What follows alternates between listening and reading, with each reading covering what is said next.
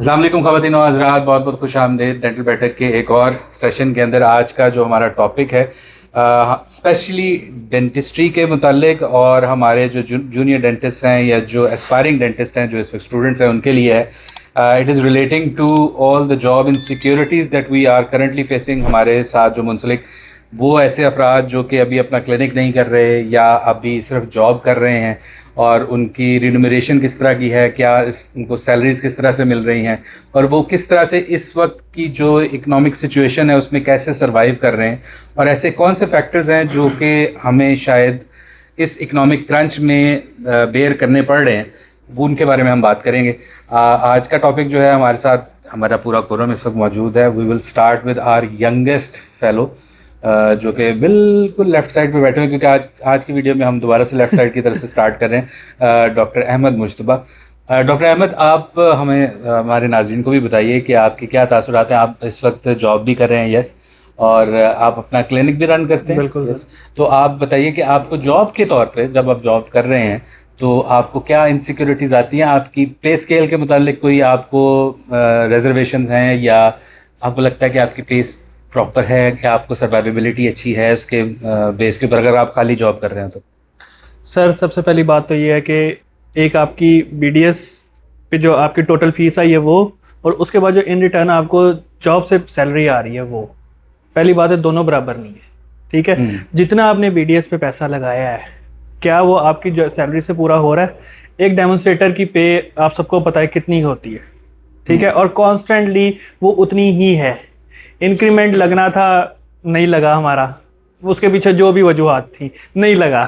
ठीक है, उसके बाद कुछ किया होगा ना? सर हम बस हो गया ना। मैं तो उसके पीछे वजूहात देख लेना।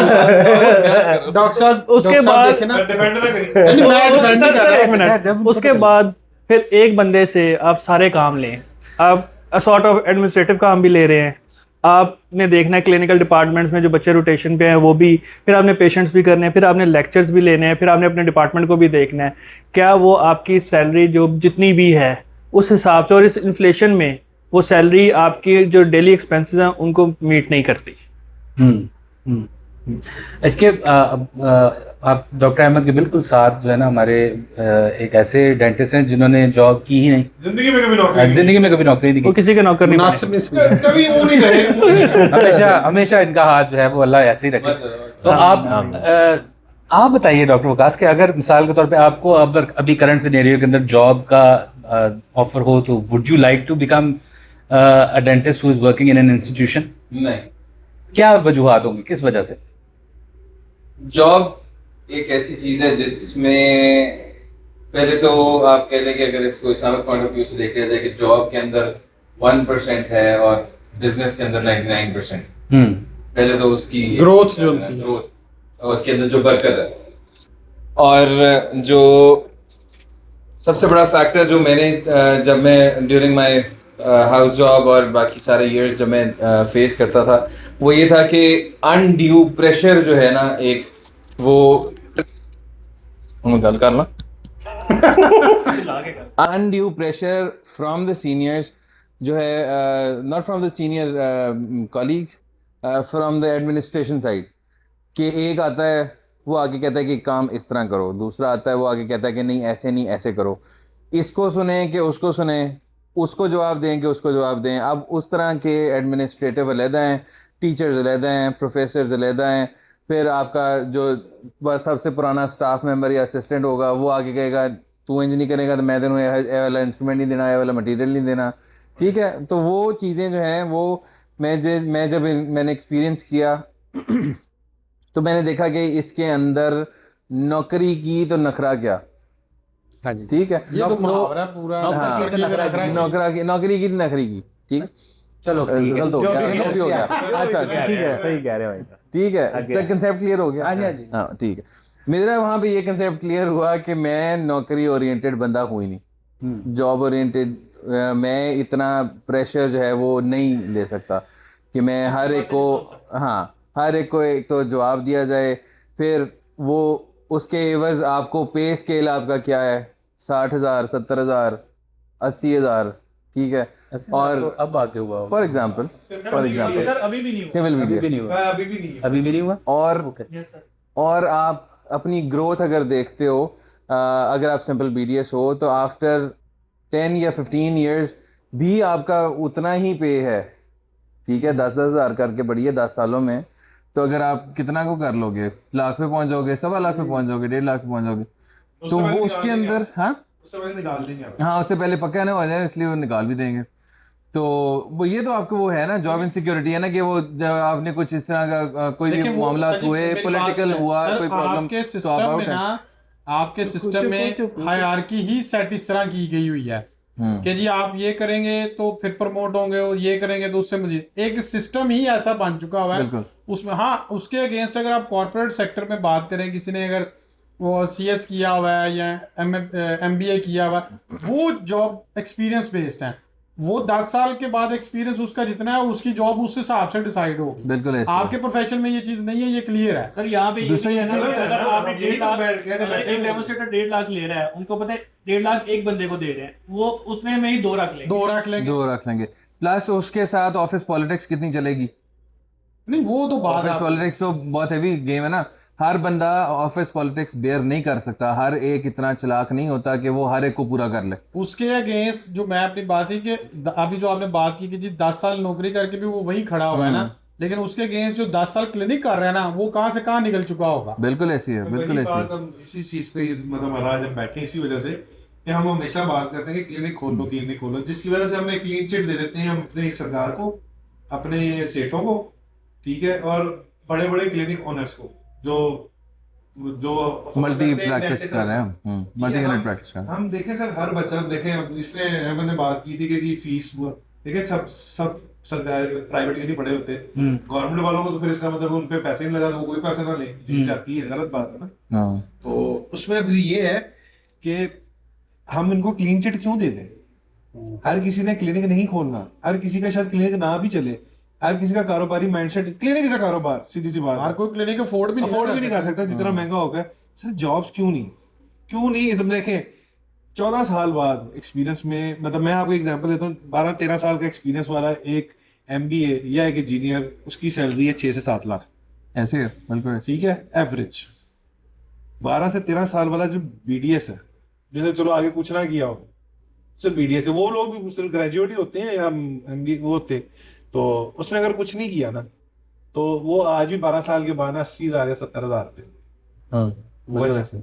और काम उससे एज अ डेंटल सर्जन भी लिया जाता है, एज अ डेमोस्ट्रेटर भी लिया जाता है, एज अ लेक्चरर भी लिया जाता है, उससे क्लर्क का काम भी लिया जाता है। लॉलीपॉप देने के लिए सीनियर डेंटल सर्जन का नाम लगा देते हैं साथ। कि वो तो गवर्नमेंट में लगाते हैं, प्राइवेट में तो वो भी नहीं लगाते। वो साथ ही सीरियस हो गए। और सिर्फ एक महीने के लिए आपको मुबारक। खैर होगा तो नहीं नहीं अभी मैं बताता हूँ नहीं, वही उसमें सर अपनी वाली में बात थोड़ी देर में वो पक रहे हैं। हाँ, तो एकदम आऊंगा मैं एकदम। गुस्सा निकाले नहीं जी, मैं तो जी आपकी बात अगर खत्म हो गई तो मैं बात शुरू करूं, तो बात शुरू ये करूंगा कि मैं, देखिए जी, नौकरी का जो आपने बताया, ऑफ कोर्स ना कोई उसके अंदर पर्क्स थे, ना कोई उसके अंदर जो है वो एडवांटेजेस मिले, ना कोई उसके अंदर कोई एक्स्ट्रा फेवर मिली। शुरू में हर बंदा नौकरी क्यों करना चाहता है, पहले तो ये कॉन्सेप्ट क्लियर करते हैं। जैसे कि अगर मैंने नौकरी जो है वो शुरू इसलिए की थी कि चलो वहां से पैसे बचा के क्लिनिक को चलाना शुरू करेंगे, मैंने इस तरह से नौकरी शुरू की। मैंने कभी ये नहीं सोचा कि नौकरी जो है वो इसलिए की जाए कि नौकरी के अंदर प्रोस्पेक्ट करना है, या नौकरी इसलिए कर रहे थे कि वहां से खर्चे पूरे होते रहे और क्लिनिक चलता रहे, किराया निकलता रहे, चलो कोई छोटा मोटा एक्सपेंस निकलता रहे, जो कि उस वक्त क्लिनिक क्योंकि इनिशियल था उस वक्त हम अफोर्ड नहीं कर सकते। चले किचन चलता उसके रहे, बाद किचन ना भी चले सर, क्लिनिक क्लिनिक का किचन चलता रहे, चले। उसके बाद जो है वो हुआ ये कि जब आपके क्लिनिक एस्टेब्लिश हो जाते हैं तब जो है ज्यादातर लोगों को ये करना चाहिए कि वो छोड़ के अपने क्लिनिक पे फोकस करें। मैंने नहीं किया। क्यों? मैं आपको इसके बारे में बता रहा हूँ। जल्दी तो है। देखिए होता ये कि होता ये है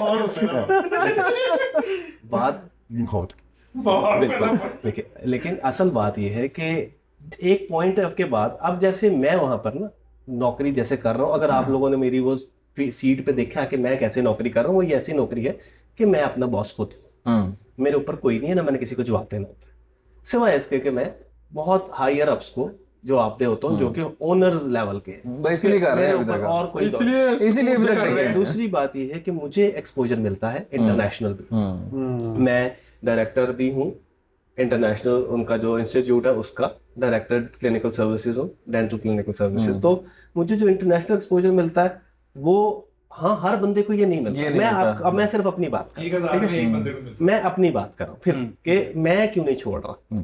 मुझे जो इंटरनेशनल एक्सपोजर मिलता है वो बड़ा वैल्यूएबल है। उसकी रीजन ये है कि आप जाते हो, फ्री की टिकट मिलती है, आना जाना मिलता है, प्लस प्रोटोकॉल मिलता है। फिर वहां जाके आप उनका वे ऑफ वर्किंग देखते हो, कुछ आप उनको सिखाते हो, कुछ आप उनसे सीखते हो। ये चीज जो है मैं इस वजह से इस नौकरी को अभी तक कंटिन्यू कर रहा हूं। इन शॉर्ट आप नौकरी के साथ मजे भी ले रहे हैं। हाँ जी, अल्हम्दुलिल्लाह। लेकिन जनरली होना ये चाहिए कि जब आप इस्टेब्लिश हो जाएं, अपना क्लिनिक स्टार्टअप कर लें, तो आप ये छोड़ दें। लेकिन क्यों छोड़ दें? मैं आपको बताने लगा मेन कॉज ये होगी ना कि आप क्वेश्चन ये हमारा बेसिकली टॉपिक ये है कि हम जॉब क्यों छोड़ दें। उसकी वजह ये है कि हमारे पास सिस्टम ऐसा डेवलप हो गया है। या तो आप पूरा सिस्टम चेंज करें, या तो पूरा सिस्टम चेंज करें कि जी सीनियरिटी बेस जो है वो भी प्रमोशंस मिलेंगी, उसके बाद आपको जो है एकेडमिक बेस आपको दिखे, उसका कैडर अलग है ना। आप प्रोफेसर लेवल तक जाने के लिए एक बात है, और जो है वो डेमोस्ट्रेटर है, लेकिन अगर वो 10 साल उसके एक्सपीरियंस हो गया तो उसको प्रमोशन किस बेस पे मिलनी चाहिए? सरकार देती है सर, मैं वही कहना चाहता था, गवर्नमेंट सेटअप में नहीं ये सर, चीज सरकार है। किधर देती है? नहीं सर, आप अगर सिंपल बीडीएस को ना एक सेकंड, आप 70 प्रिंसिपल डेंटल सर्जन होता है, बहुत 20 में तक से जाता। डेमोन्स्ट्रेटर या डेंटल सर्जन आप हायर हुए हैं 17वें ग्रेड में, फिर आप सीनियर डेंटल सर्जन होते हैं, फिर उससे ऊपर जाते हैं 18वें में, फिर चीफ डेंटल सर्जन, फिर प्रिंसिपल डेंटल सर्जन। गवर्नमेंट तो आपको ये फैसिलिटेट कर रही है, लेकिन ये चीज प्राइवेट सेटअप में नहीं है। प्राइवेट सेटअप में आप कल भी वो थे डेमोस्ट्रेटर थे, आज भी डेमोस्ट्रेटर हैं, परसों भी डेमोस्ट्रेटर ही होंगे। घर से डेमोस्ट्रेटर निकले, हर घर से डेमोस्ट्रेटर निकल के अपना सर पीटेगा और उसको उसी तनख्वाह के ऊपर रखा जाएगा। The very reason that I left my job after a couple of years, not couple of years, I was in a decade or so, nearly a decade. Yes. तो उसके बाद I left my job के बथेरी हो गई, बहुत कर लिया। तो अब मामला ये है कि आप अगर खाली जॉब कर रहे हैं तो मेरा नहीं ख्याल कि आपकी सर्वाइवेबिलिटी उस लेवल की है, नहीं कर सकते, क्योंकि जितना ज्यादा एक्सपेंसेस अब बढ़ चुके हैं आपके, खाली आप उस इन्फ्लेशन को मीट ही नहीं कर, आप इन्फ्लेशन को बीट नहीं कर सकते, आप अपने आप को सिर्फ बीट कर सकते हैं। मैं आपको इसका कंपैरिजन देता हूँ। जो हमारे हॉस्पिटल में ना, अच्छा मैं आपको बता रहा था कि जो हमारे ही हॉस्पिटल में जो सफाई करने वाला है उसकी तनख्वाह है 40,000 रुपया, और जो हमारा डेमोन्स्ट्रेटर है उसकी तनख्वाह है 75,000 रुपया। आप गार्ड की 65,000 है भाई जनाब। मैं आपको बताने, सिक्योरिटी गार्ड की उधर ईस्ट से तो मेरा मकसद कहने का ये है कि यानी आप कंपैरिजन देखें कि डेमोन्स्ट्रेटर 10 साल बाद भी डेमोन्स्ट्रेटर रहने के बाद उसकी तनख्वाह 80,000 रुपया हुई। मैंने 45,000 रुपये से शुरू की थी, उसके 6-8 साल के बाद मेरी 80,000 रुपये हुई थी, और उसके बाद वहीं पे रुक जानी थी। मेरा उन्होंने कैडर चेंज किया तो कुछ उन्होंने मुझे पर्क्स दे दिए, लेकिन मकसद कहने का ये है कि हमारा जो सिस्टम है वो डैमेज्ड है, जो कि मसला यही क्रिएट करता है। अब डॉक्टर्स जो है वो लोगों के लिए तो डॉक्टर जो है वो हर वक्त दोनों हाथों से पैसा कमा रहा है। वो जो है वो पैसा, बहुत ज्यादा पैसा है। हर बंदा कहता है जी डेंटिस्ट वो हो, ये तो कमाता ही बड़ा। नोटा दी मशीन है। मैं आपको बताऊं कि जिस आप एक दिन ना मैंने ना ये एक्सपेरिमेंट सोशल एक्सपेरिमेंट किया। सुबह उठा मैंने ना अपनी एक पिक्चर खींची सुबह के वक्त, और उसके बाद क्लिनिक से वापस आते हुए मैंने अपनी एक पिक्चर खींची। अगर मैं आपको वो पिक्चर दिखाऊं ना तो आप मुझे ही नहीं पहचान सकेंगे कि मैं किस हालत में गया था और किस हालत में वापस आया। तो अगर मैं जो है ना वो सुबह 8 बजे से लेकर रात 12 बजे तक काम कर रहा हूँ ना, तो मैं अपने घर वालों के लिए मेहनत करके पैसे कमा रहा हूँ। बिल्कुल। तो मैं कोई ऐसा मुझे कोई स्पेशल पर्क्स नहीं दे रहा कि जी आप डेंटल सर्जन है, ये ले पैसे, तारा इम्तियाज ले ले। सर हमें सितारा इम्तियाज भी कहाँ मिलते हैं? वो उन्होंने लभ है जिन्होंने सर वो भी डेंटिस्ट देता सी पहले। वो तो प्रेसिडेंट बन गया इसलिए मिल गया, वरना कहाँ मिलते सर? नहीं प्रेसिडेंट साहब नहीं देते। चलो मकसद कहना है कि वेरी वेरी रेयर केसेस जिसमें आपको रिकॉग्निशन मिलती है, तो आप नौकरी कैसे करेंगे? फिर अब इतने ज्यादा लोग निकल रहे हैं मेरे पास। जब क्लिनिक में कोई हायरिंग के लिए आते हैं लोग मुझे कहते हैं हमें सिर्फ ऑब्जर्वरशिप पे ही रख लो। अगर मेरे पास स्लॉट नहीं है तो लोग मुझे कहते हैं हमें ऑब्जर्वरशिप पे रख लो, पैसे भी ना दो, चलो कोई हमारा एक्सपीरियंस तो शुरू हो जाए। हाँ जी, हम बात ये कर रहे थे कि अगर हम लोगों का जो स्ट्रक्चर है वो चेंज ही नहीं हो रहा एक बंदा का, तो वो कैसे आगे बढ़ेगा। और हमारे पास मैं बता रहा था कि ऑब्जर्वरशिप के लिए जब लोग अभी भी यही कहते हैं कि इतनी डेस्परेशन हो गई क्योंकि लोग निकल ही जा रहे हैं, उनको नौकरियां नहीं मिल रही, और वो फिर और इस दफा इस चीज का इम्पैक्ट मेडिकल कॉलेजेस के एडमिशन पे आया है। बिल्कुल ऐसे, आप इस चीज को देख लें। हमारे साथ ये डिस्कशन हुई कि जी अब इस प्रोफेशन को बचाने के लिए हमें क्या करना चाहिए। मुगीस साहब ने, हम बैठे हुए थे जिमखाना में, मुगीस साहब और मैं मुगीस साहब और हम लोगों का फैकल्टी वाले सारे बैठे हुए थे तो जिमखाना में, तो उन्होंने हमसे जिक्र ये किया मुगीस साहब ने कि आगे कैसे करना चाहिए, हम इस प्रोफेशन की इंटेग्रिटी को कैसे बचा सकते हैं, बिकॉज ये प्रोफेशन अब खत्म हो जाएगा जो ट्रेंड चल पड़ा है। बिल्कुल ऐसे। क्यों? और उसकी वजह देखो, तनख्वाह बढ़ाने से नहीं, आपको ग्रोथ की अपॉर्चुनिटीज मिलनी चाहिए। देखो मेरे हिसाब से तनख्वाह जो होती है ना, एक टाइम के बाद सेकेंडरी चीज हो जाती है, प्राइमरी होती है रिकॉग्निशन। आप हर बंदा एक ही चीज का भूखा होता है, वो होती है रिकॉग्निशन और इज्जत। कह लो इज्जत का भूखा होता है ना इंसान, पैसों का भूखा इतना नहीं होता जितना वो इज्जत का भूखा होता है। मीडियम रेयर स्टेक भी चल सकता है, लेकिन ज्यादा मेन चीज है इज्जत। कि इज्जत का भूखा होना चाहिए इंसान को। लेकिन बात फिर वही है कि इज्जत का भूखा होने की। आप देखें जब यूनिवर्सिटी लाहौर में, मैं फिर वही अपनी मिसाल देता हूँ, मैं अगर जब उधर काम करता था ना तो 70,000 लोग ऊपर होते थे, हर बंदे की बात सुननी पड़ती, जैसे कि आपने बताया। इधर आके प्रोफेसर लोग, बड़े एक मशहूर क्रेडिबल लोग आते हैं और हमसे ट्रीटमेंट कराने के बाद हमें सर कहते हैं, हमें इज्जत देते हैं कि you are the expert in this.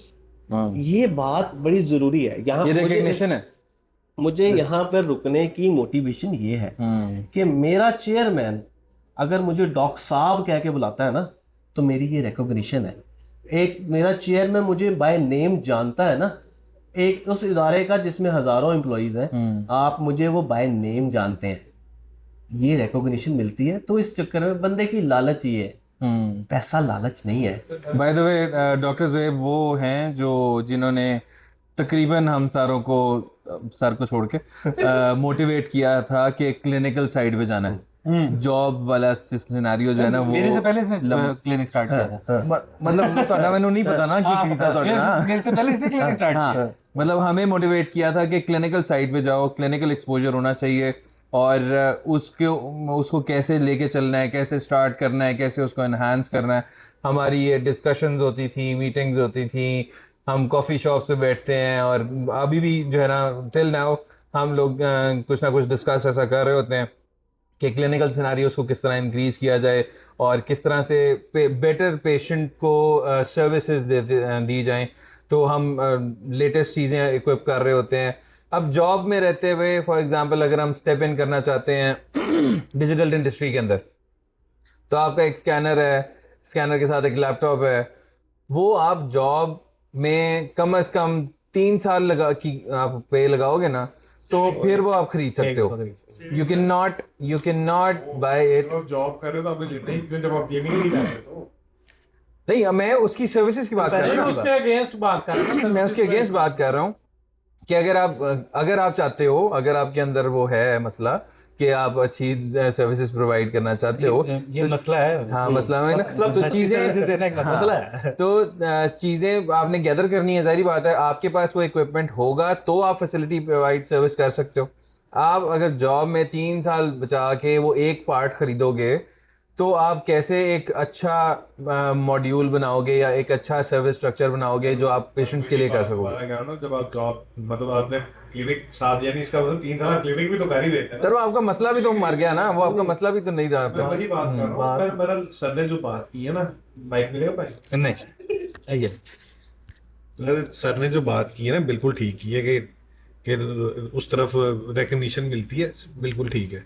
अब हम पिछली एपिसोड में भी हम बात करते रहे कि सर पेरेंट्स का ना इस तरफ तो जब हट गई है। वो कहते हैं कि भाई जब हमने 1 करोड़ रुपया खर्चना है डिग्री पे, तो इन रिटर्न 70,000 रुपए की डिग्री जिसका रिटर्न है, तो वहाँ हम क्यों कराएं? ये असल वजह है। हमें मालिकों को असल चीज़ बतानी पड़ेगी कि भाई लोग इसलिए नहीं, साफ क्लियर बात है।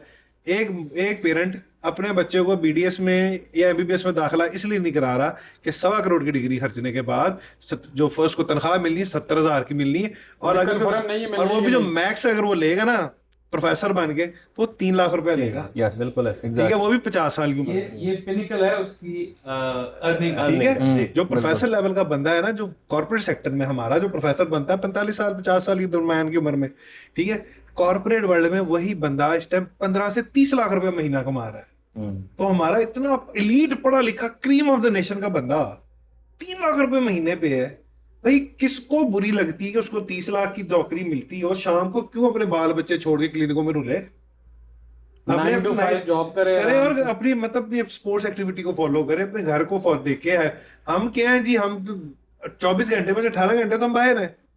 अगर जो लोग नौकरी और क्लिनिक दोनों कर रहे हैं, 10 घंटे अस्पताल को देते हैं, 6 घंटे क्लिनिक को देते हैं, पीछे घर क्या रह गया? सोने आते हैं। ठीक है, ऐसे ही। और क्लिनिक भी सर हर कोई लकी नहीं है इतना जी। कि जिनके बहुत से क्लिनिक आपके सामने बने और वो बंद हो गए। ऐसे ही ऐसे ही। ऐसे ही। ठीक है, तो इसलिए खाली क्लिनिक की तरफ बच्चों को जरूर मोटिवेट करें, लेकिन उसका मतलब ये नहीं है कि हम कह दें कि हाँ ठीक है यार, नौकरियां तो वाला सिस्टम तो बदल नहीं सकता तो तुम उनको छोड़ो। भाई ये बदलना चाहिए, इंडियन बदलेगा तो सबका फायदा है इसमें। अब एक मैं रिसेंटली सर वाकई बच्ची बता रही कि एक प्राइवेट क्लिनिक पे जहाँ रूट कनाल माशाल्लाह 75,000 रुपए की होती है, वहां पर वो बच्ची जो वो खुद भी करती है तो तब भी ऑनर चार्ज करता है 75,000 रुपया, और उस बेचारी को मंथली मिलते हैं टोटल 55,000 रुपये महीना हर काम करने का। मतलब आपके गवर्नमेंट से लेके आपके मालिकान सेठ और इवन आप खुद सब इस्तेसाल करने पे जुटे हुए हैं। इस चीज को बदलना पड़ेगा। तो ख़वातीन और हज़रात, फाइनलाइज करते हैं आज की डिस्कशन को इस चीज़ को सामने रखते हुए कि ना सिर्फ हमें ख़ुद बदलना है, हमारे सिस्टम को बदलना है, हमें ख़ुद एज ए डेंटिस्ट भी बदलना है। वो लोग जो इस वक्त डेंटल सर्जरी के अंदर अपना नाम पैदा कर चुके हैं, अच्छे क्लिनिक्स रन कर रहे हैं, उन्होंने आगे सबऑर्डिनेट्स रखे हुए हैं, उनके साथ भी नाइंसाफ़ी ना की जाए। और प्राइवेट सेटअप, जो प्राइवेट डेंटल प्रैक्टिस है, जो प्राइवेट सेटअप्स हैं, जो प्राइवेट इंस्टीट्यूशंस हैं, they are much larger right now compare to government setups. उनकी तादाद भी ज़्यादा है, उनके पास शायद इन्फ्लक्स भी ज़्यादा है स्टूडेंट्स का भी। उनको चाहिए कि अपने जो पे स्केल्स हैं, जो आपकी रिन्यूमरेशन पॉलिसीज़ हैं, उनको दोबारा देखा जाए, उस पर नज़रसानी की जाए। और ना सिर्फ उनको ये चाहिए कि नज़रसानी करें, बल्कि अपॉर्चुनिटी दें ग्रो करने की उन लोगों के लिए जो वहाँ पर BDS सिंपल BDS हैं और जो अपने एक्सपीरियंस को आगे बढ़ा रहे हैं एज ए BDS पर्सनल, और आगे चल के वो मज़ीद इसमें बेहतरी भी ला सकें। इसमें ना सिर्फ एडमिनिस्ट्रेशन का किरदार है, बल्कि उन सीनियर डॉक्टर्स का भी किरदार है जो कि एडमिनिस्ट्रेशंस के अंदर भी मौजूद हैं, जो कि HODs के तौर पे काम कर रहे हैं, जिनको इंडिविजुअली इस चीज़ को आगे लेके जाना पड़ेगा इंस्टीट्यूशन ओनर्स की तरफ और चेयरमैन्स की तरफ, ताकि तमाम तर जो हमारे सिंपल BDS जो लोग करके वहाँ पर काम कर रहे हैं उनको आगे अपॉर्चुनिटीज़ मिले और वो आगे बढ़ सकें, ना सिर्फ रिन्यूमरेशन में जैसे डॉक्टर ज़ुहैब ने कहा, उनकी रिकग्निशन के लिए भी। इसके साथ ही आज का डेंटल बैठक सेशन हम यहाँ पर इख्तिताम पज़ीर करते हैं। उम्मीद है आपको आज का डेंटल बैठक सेशन पसंद आया होगा, कुछ ना कुछ इन्फॉर्मेशन आपको मिली होगी। अपने प्यारों का और अपना बहुत ज़्यादा ख्याल रखिएगा। इंशाल्लाह अगले डेंटल बैठक सेशन में दोबारा मुलाकात होगी। तब तक के लिए अल्लाह हाफ़िज़। अस्सलाम वालेकुम रहमतुल्लाह।